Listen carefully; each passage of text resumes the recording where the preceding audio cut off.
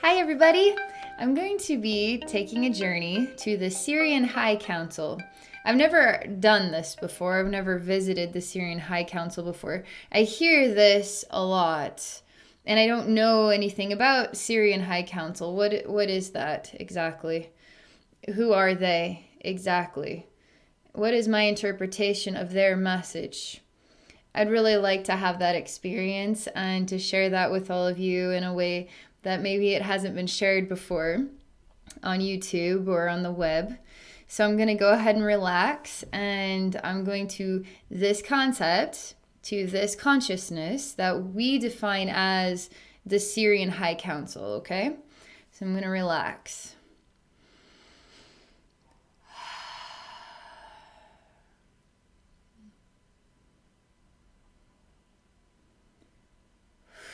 I will say, on my way to get to this place, there's a lot of crackling noise. It's almost like going through an asteroid belt.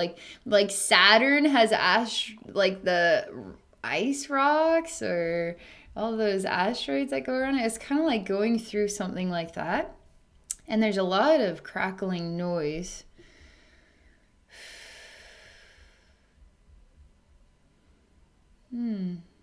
It's very quiet right now, like the silence of space kind of thing. It's really, really quiet. And I feel a heaviness that goes around my head. It's not a negative thing, it's a depth, it's a deep feeling, it's a heaviness. And there's a gateway here. It's just on the energy side of things. There's an energetic gateway, and it goes between dark and light. So it's made out of dark and light, is the only way I could describe it. You can imagine space is, you see the dark fabric of space and the white stars. It's kind of like you see the dark fabric of this energy space, and there's sort of a white light that creates a doorway into darkness, which is also not a bad thing. Darkness is just as special and wonderful as brightness.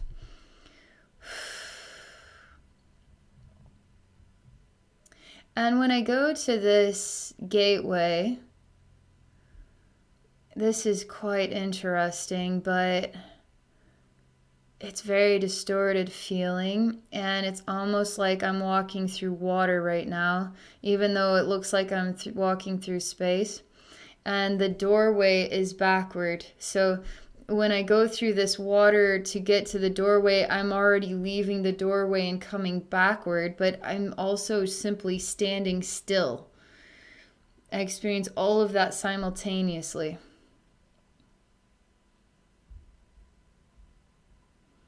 And so I remain in this water. And I feel the water is special because it has electrical energies moving through it. It's almost like a brain of its own kind, this water is. It's almost like I've stepped into the third eye or the mind of water, but water consciousness. This is not what we would define as water. This is almost like a being made out of water, more than it would just be a body of water. It's like living water consciousness. I don't even want to call it water. I mean, what if it's a water human or something of that kind? How do we describe the body structure? It's almost jellyfish-like, but it's watery. And I'm inside this. It's very interesting. It's warm. It's not hot like a hot tub.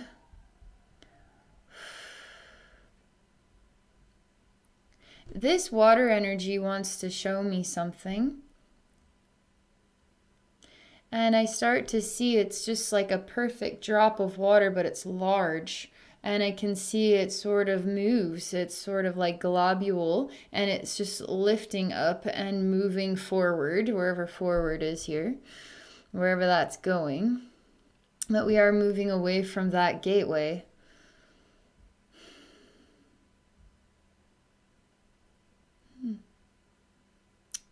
I experience a ceiling. So how do we get above this point? I mean, how do we can move forward, but how do we move beyond our interpretation of forward? It's upward and beyond. So how do we move upward when there's a ceiling in the way? There's something important about this. I mean, there is definitely an invisible ceiling here. And I feel that this has to do with what are we open to accepting? And will we define that as love or define that as concern? And what tells you whether or not it is concern or it is love if it is undefinable? So if you can't define that thing, do you define that then as an uncomfortable thing because it is undefinable, or a trustworthy thing because we just simply don't know for sure? What do you do in a situation like this? This is part of the message. Right now, I don't feel any concern by any means. I feel peaceful. I feel intrigued. But I feel there's sort of a vision here of a perspective that you can think about. So let's say that you're new to connecting with the spirit realm, or you're new to connecting to, in a psychic way, to alien consciousness. Let's just say, how do you know that it's safe? How do you know what you can and can't trust? It's kind of referring to this. But it's also going a step further, because how do we grow and expand if we shun literally everything except some things? We have to realize that anything that is out there is also us too. So anything that is concerning is also not concerning at all. And through exploring all the sides of a concerning and not concerning thing, so to speak, then we can expand beyond our horizons. To put it shortly, it just says, don't judge. Don't judge. That's what it says. So I say, okay, I'm going to take this a step further. And I'm going to welcome understanding to come towards me in this water glob. And then let's see what happens next. It sort of feels like pink northern lights, pink and purple sort of dancing colors coming towards me. And as that happens, the universe turns into a massive eye that opens. It was closed and now it opens.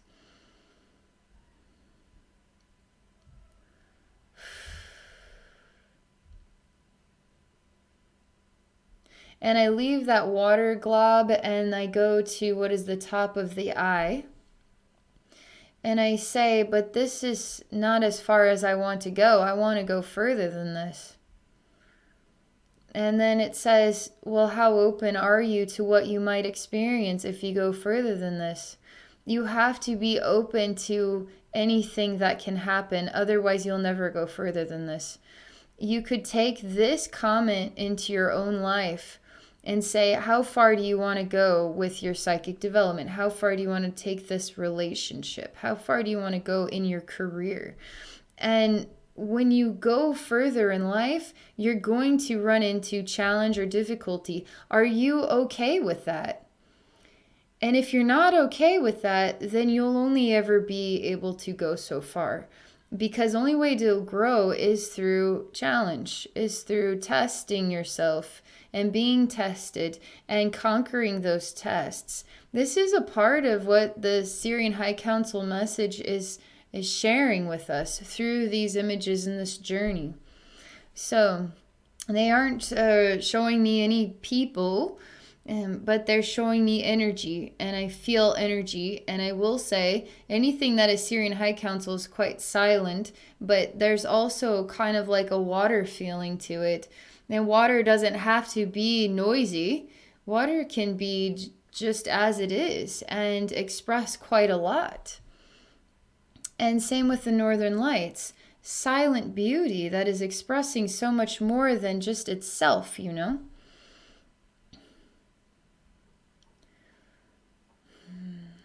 So I experience what is a male emanation. And he talks to me about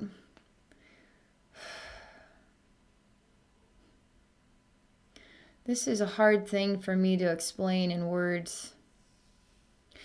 So I would think the best way for me to put it is people want to open their third eye, but they have no idea what that actually means. So what I have discovered over my entire lifetime through slowly but surely developing my third eye, let's say you just experienced that, my 36 years in a single instant. You have no idea some of the things that I have discovered have nearly shattered me. And it takes months to recover from what I can't even believe, what I can't even digest that. That's just too much for my brain. That's just too hard. And it's very hard for me to help anybody understand what I mean until you experience it for yourself. And that's opening your third eye. So opening your third eye comes with challenge. It's not all hunky-dory. You know, you're going to run into challenge here in order to comprehend yourself. So we can either stay here in the shallow water where it's safe, or we can actually go out and to see what's in that ocean. And how do you do that if you don't choose to just simply embrace whatever comes next without resistance? So he's talking to me about the concept of going further or going above, and the challenge that comes with it, but the mastery that also comes with it. And he's quite emotional as he talks about it because he can feel, I mean, he's showing me through the sound of water that it's like a lot of tears and crying, but it's way more concentrated than this. And a lot of the grief and the sadness that the water, or his relationship with the water, how the water speaks to him, he feels this very emotionally, feels this. And there's so much he's telling me right now. I have no idea how to, like, he tells me in a single second what it's like going to take me. I don't know. I'm going to have to figure out how to translate this into something you could understand. Okay, let me just connect again and feel this one out.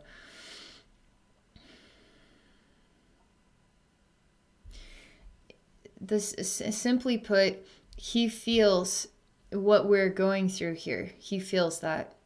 He feels that like you could see the ripple upon a still pond if you drop a little pebble into it. He feels that.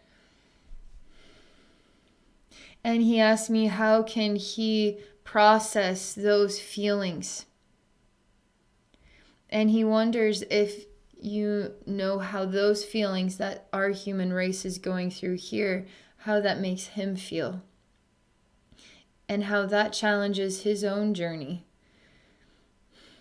Because there are compassionate beings out there, and they feel just like we feel, and they too can be challenged by their own emotions.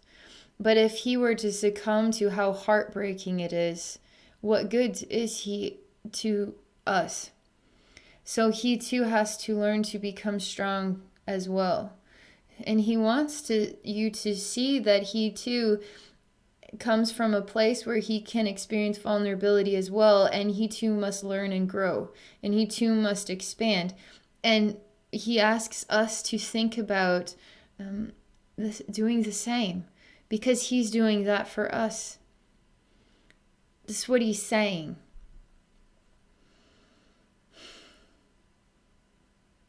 And he says, but you don't know me. So what good is it if you don't know who I am? And he's alluding to as well, we don't know our neighbors 10 houses down the street, or somebody who lives in some city we've never visited, and the powerful ways that they are overcoming themselves in order to help everybody on the planet.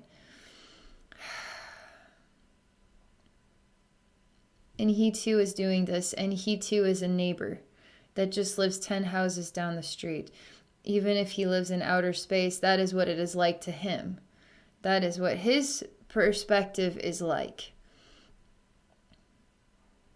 He is saying that, I mean, he is really alluding to working with water, and water possesses a lot of information.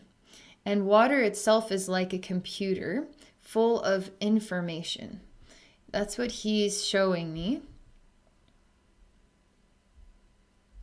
He says you can send a signal through water, and it's almost like water is electrically charged, you know. You don't want to stand in water and then electricity go through the water. You're going to get electrocuted.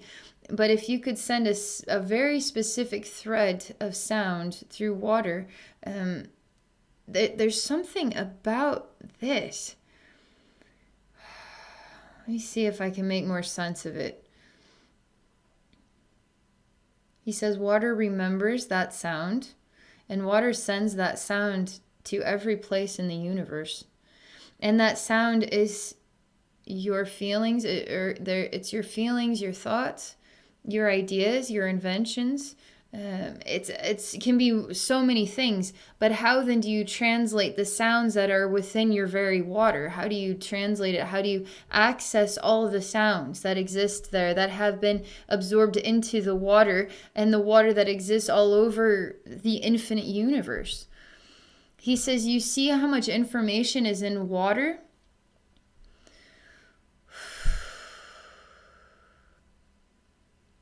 This is an interesting idea. But we're looking at environments, and so human beings, we are developing in an environment, and we are developed from that environment. We're products of the environment, okay? So now, if the environment is a healthy ocean or just ocean environment, so you have dolphins and whales and different water beings, okay? And there's something about the way that they have developed. Specifically, he keeps showing me a happy dolphin, and the dolphin is giggling and laughing, but it seems to be absorbing so much information and so ridiculously wise. We never would think of it that way.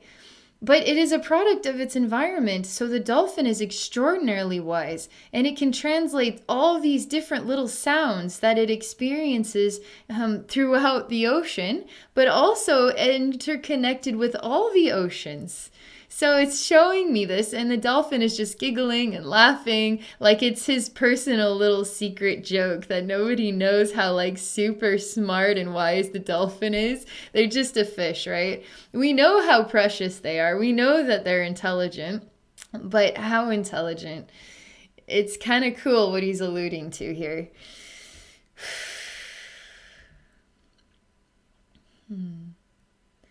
All right, this is getting a little bit more difficult. There's just an energy shift going on, and it's sort of like going up the back of my spine and back of my head, and it's very exhausting around my face right now.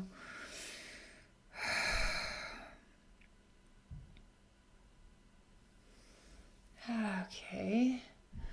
I don't know what to make of this yet. Nothing really to explain here. It does create heaviness in my stomach as well, and it's just very exhausting around the head region, in the face, in the back of the head. It's just dark everywhere.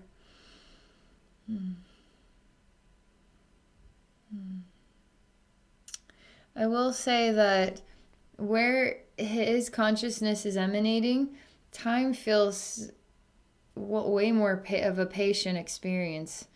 It's almost like if water could be an expression of time, or even the earth. You know, the human that relates to time, or the butterfly that relates to time, you know, maybe different concepts than what the earth relates to as time.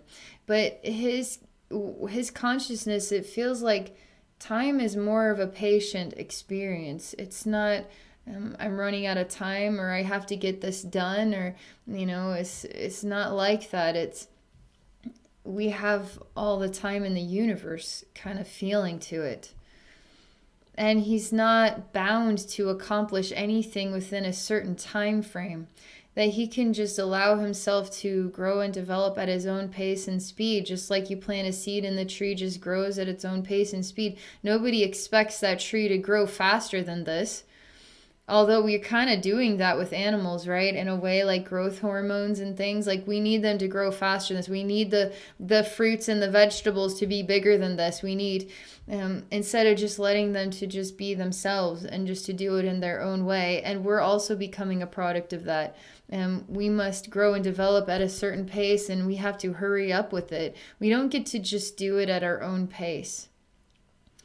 It's interesting because he's also showing me how certain so people with, it's almost like he's showing me like Down syndrome is something that comes to mind, that they teach us about a different way of time, a different appreciation for time and patience, and it's a different type of human, and there's something quite special to that and what that teaches us.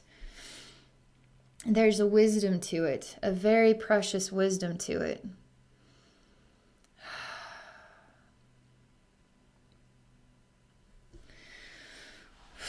I'm just going to ask him a very basic question.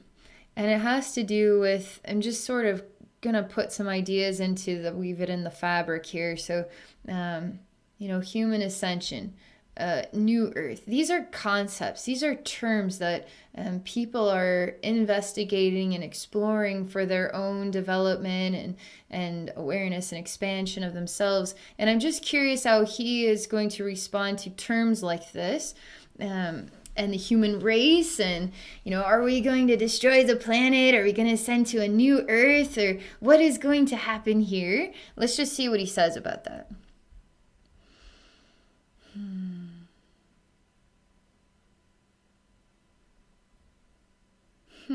Boy, I mean, he shows me that if the earth is flat, and then it's like we're looking at the earth in a book, okay? So here's like a poster image, here's like an illustration, but it's a photograph of the earth, so it's on a flat page.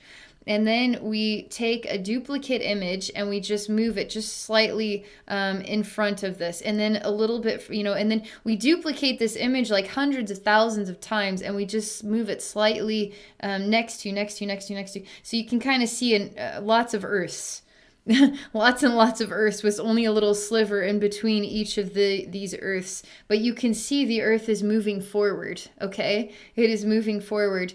And we're a part of Earth, and we are moving forward with it. That's what he's saying. And he says, how far will Earth move forward? So when will this earth bridge? I mean, he's showing me that we're actually creating what you could describe as an earth bridge. And so when will this earth bridge stop? When is the beginning of the earth bridge, and when is the end of it? When is the beginning of the human race, and when is the end of the human race? He says there are truly, and we know on our planet, ends and beginnings, beginnings and ends. So you have extinct animals. Those animals began somewhere, right? And now they're gone. And so we human beings wonder, when are we going to be gone? When is the earth bridge done? When is it all over? He says you could say, when is the human race going to become extinct? He's kind of telling me that this sounds more like what you're asking me. And he's putting it into this language for us to evaluate it in this way. Just a moment here.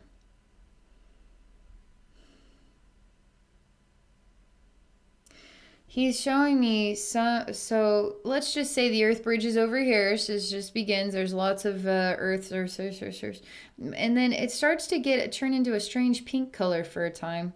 I mean, literally, it doesn't look healthy, to be honest. It kind of it doesn't look. I don't feel healthy. I don't feel healthy when I look at this weird pink color, and it does this for a time, and then it starts to move on, and it looks darker for a time, like it's like got a shadow over it for a time. So it just seems to like change colors here, and so I'm just looking at that right now.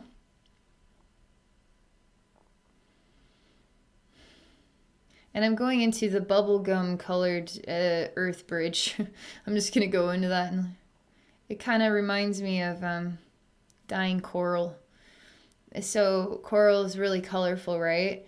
And when coral dies, it turns white. This is I don't study coral, but I'm almost certain that that's what happens here. I just think about this. It's like a bubblegum looking thing that doesn't look healthy, but when I go into it, the energy, it reminds me of what I've heard about coral and the coral dying. And it makes me feel really uncomfortable and really sad. It's really hard to process it. It's just like a life force is dead. It's extinct. It's like it's way worse feeling. We know animals go extinct, and it feels sad, right? But I will say that the amplified feeling of the coral dying, it's horrendous. It's like it is the most blasphemous, terrible. It's like the Jewish concentration camp level of so horrifyingly sad. It's so sad. That's what this is like. This is in the Earth Bridge, the dying coral.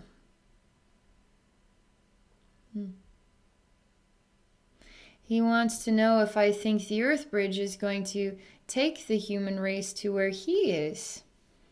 He says the Earth Bridge can take you wherever you want to go. And he talks to me about the importance of our relationship with time and how we need to slow down. Because we're expecting way too much of ourselves in way too short periods of time. We're expecting way too much of others in way too short periods of time. And we need this to be fixed in way too short a period of time. We actually need to give ourselves more time and the earth more time. We need to create an effect of more time. Because if we have more time, now we can actually live in more time, where we now have the time to transform, to rehabilitate the earth. So he wants us to really think about our relationship with giving ourselves more time.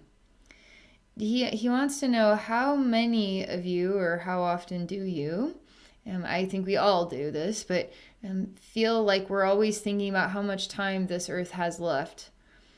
And we try to put a number on that: 10 years, 50 years, 100 years. A lot of people don't see 100 years. A lot of people don't even see 50 years. A lot of people see 20 years, 10 years, 3 years, you know? So if all of us, if the entire human race is defining that we only have 3 years left, we only have 10 years left, then everything will be dead, and we'll be dead with it. He says, how is that going to help your earth bridge? How is that going to help anything or anyone? You have to give yourselves more time. And he says you need to. You need to give yourself more time. You need to give yourself more time. And he even is alluding to, you need to do an affirmation here that says, I'm giving myself more time. I'm going to give myself more time today. I'm not going to expect as much of myself today, or tomorrow, or the next day. I'm going to reduce my responsibilities in order to experience having more time. This is what he's saying, so you can do what you want with that, but it's what he's saying.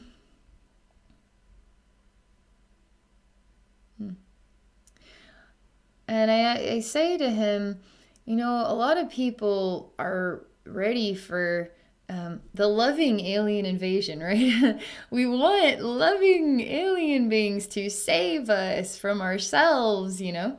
So I'm asking him, why aren't you here with us, physically here with us? I'm just going to see what he says.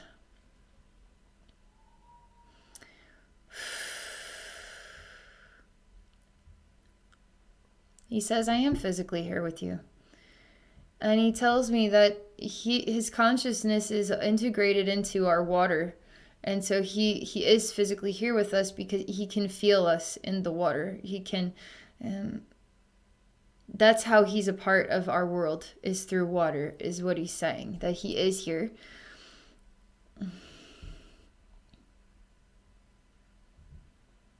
I tell him people aren't going to relate to that. They're not going to relate to, I am physically here. I'm a part of the water. And that is how I am here with you. People are going to want to see you as an actual person, not like a water molecule. They're going to want to see you as a being. He says you could see me as a dolphin. I mean, he really is. He says you could see me as coral. He says, I am here in your world. I am physically part of your world. He says this. And, okay, I'm just going to say that. Let me see what he says next. And I tell him then, I say, so let's just say the Earth Bridge is out of time. That means you are out of time. And what do you think about that? Because if you're physically here, you're going to be a part of the death of everything. Is that what you're saying as well? I want to know what you think about that. He says I am already a part of what is dying. He says, I told you that I too have to. When at the beginning of this conversation, we was talking about emotions and how he has to process a lot of the suffering that exists here on earth, and that he has to be strong and he has to overcome that, and that is part of his learning, and he is doing that for us, and he is patient. And now he is now paralleling all of this as that is what I'm struggling with, because I am a part of the physical death that is taking place. So I do experience that. I am experiencing it right along with you. And it's almost amplified because of the water. I can't explain it, but water seems to be a lot louder than we would think. And I can hear so much more sound here than I expected. And I experienced that in this journey with him. So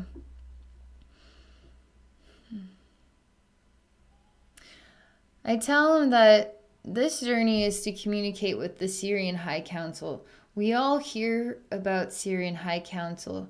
So how are you related to that? How are you related to that? He smiles really big at me. He says, do you not, I mean, it's kind of like, do you not believe that I'm part of the Sirian High Council? It's kind of what he's mentioning, but he's like really smiling at me, like really happy when I ask him this. He's kind of funny right now. It's just the bright way he's smiling when I ask him this question. He's saying, do you know the way? Do you know how to get to them? Do you know how to get to the Sirian High Councils? Kind of what he's showing me. What everybody would see as the pathway is not the way to the Sirian High Council. There's a secret door. That's kind of what he's showing me. And I say, I saw a door, and it was between the dark and the light, and there's a lot of water. And it was through that odd doorway that I had found my way to you. He said it was through perseverance. It was through trust. It was through opening yourself up to allowing yourself to have new experiences that helped you find your way to me. He says to reach the Sirian High Council is it's a pathway of growth and development. This is an important message because we see Sirian High Council as actual beings that hang out in a room and that work together, and they talk all the time, and then they're deciding what's going to happen, and then they send messages to us. He is showing me that my message to you about the Sirian High Council is not to see them as actual beings, not to see them hanging out infinite time around a table discussing the earth, but that the doorway to them is the doorway of your own development, is the Sirian High Council. So the Sirian High Council is your choice to grow and expand and develop to better yourself. That is the Sirian High Council. And that is the true doorway.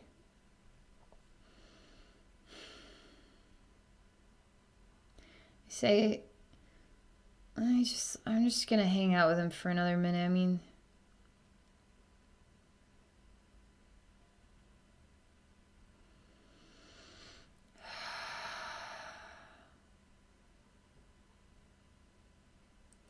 he is just wanting to sit by me in the universe.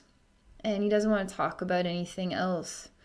He wants to share what is most special about life itself. And it comes in sound, it comes in feelings, it comes in friendship, it comes in new experiences that bring us down so that we can make new friends to help bring us up again. And now we can learn how to keep ourselves up and continue to grow and expand from there. He's showing me that how beautiful creation is. And this is a very peaceful moment. I mean, we're sitting in the universe right now, side by side, and it's peaceful. It's just ridiculously peaceful. And as I sit by him, the whole scene changes, and I'm now sitting on a park bench. And this is actually in a memory of mine. And I've sat at this bench many, many, many, many, many times. And there's a very large lake that I can see. And I've sat here for long periods of time. There was one surreal time when I sat here and you can hear the sounds of the insects and the breeze and the tree leaves move. And all the vibrations of everything interconnected. I somehow got in the zone of nature and the frequency of nature, and I went into a state of pure bliss. And I experienced everything all connected in a simultaneous moment, and I lingered there for a good 10 minutes before I came back to being human again. And it was so amazing. It was just so ridiculously amazing. It was like the sounds of the crickets and the cicadas and the bumblebees, even the bumblebees, and whatever their instinctive direction was, the instinctive directions, like the wind blowing, and it was all a fabric, interconnected fabric. It was all connected. It was all, the bee was moving in this direction based on everything, how everything else was moving, which was all based on how everything else is moving, is how everything moves. It's all interconnected movement. So how I move is what's influencing how everybody else moves. And how you move is influencing how I move even. And I have no idea all the different ways people are moving, but it's moving us all in exactly the right direction. And he's showing me this place and this memory and the peacefulness and the surrealness of that experience. I've never been able to get into that since that time. It was like I was part of Mother Earth for 10 minutes. I understood how everything was connected, and I felt it on a level that is beyond imagination. It's unbelievable. It's unbelievable.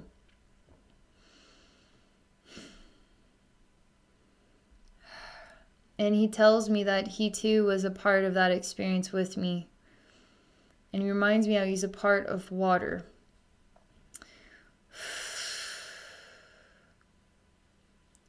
And he says the Sirian High Council is with you. And if you're taking a shower, or if you're just by a lake, you're on a boat or a park bench or whatever it might be, if you're drinking a glass of water, the Sirian High Council is with you. And through the water, there's something about the downloads and the interconnectedness that we share with each other, and the emotions and I mean, there's so much more here than I fully, can express. But he's saying that about us and our relationship with water, and how water is also interconnected with Sirian High Council, which is also interconnected with our choices to grow and expand. And he says, isn't that what the Sirian High Council messages are all about? How to help us grow and expand. He says that's exactly what the Sirian High Council is, and the true doorway to that consciousness is actually through yourself and your own growth and development. And there's messages obviously within it, because I'm opening the fabric of the water information, which is part of his consciousness. This is so cool. So that's the end of my message. That was so neat. That was so unexpected. I really enjoyed that a lot, and I hope you all enjoyed that too. I want to thank you for joining me on this journey.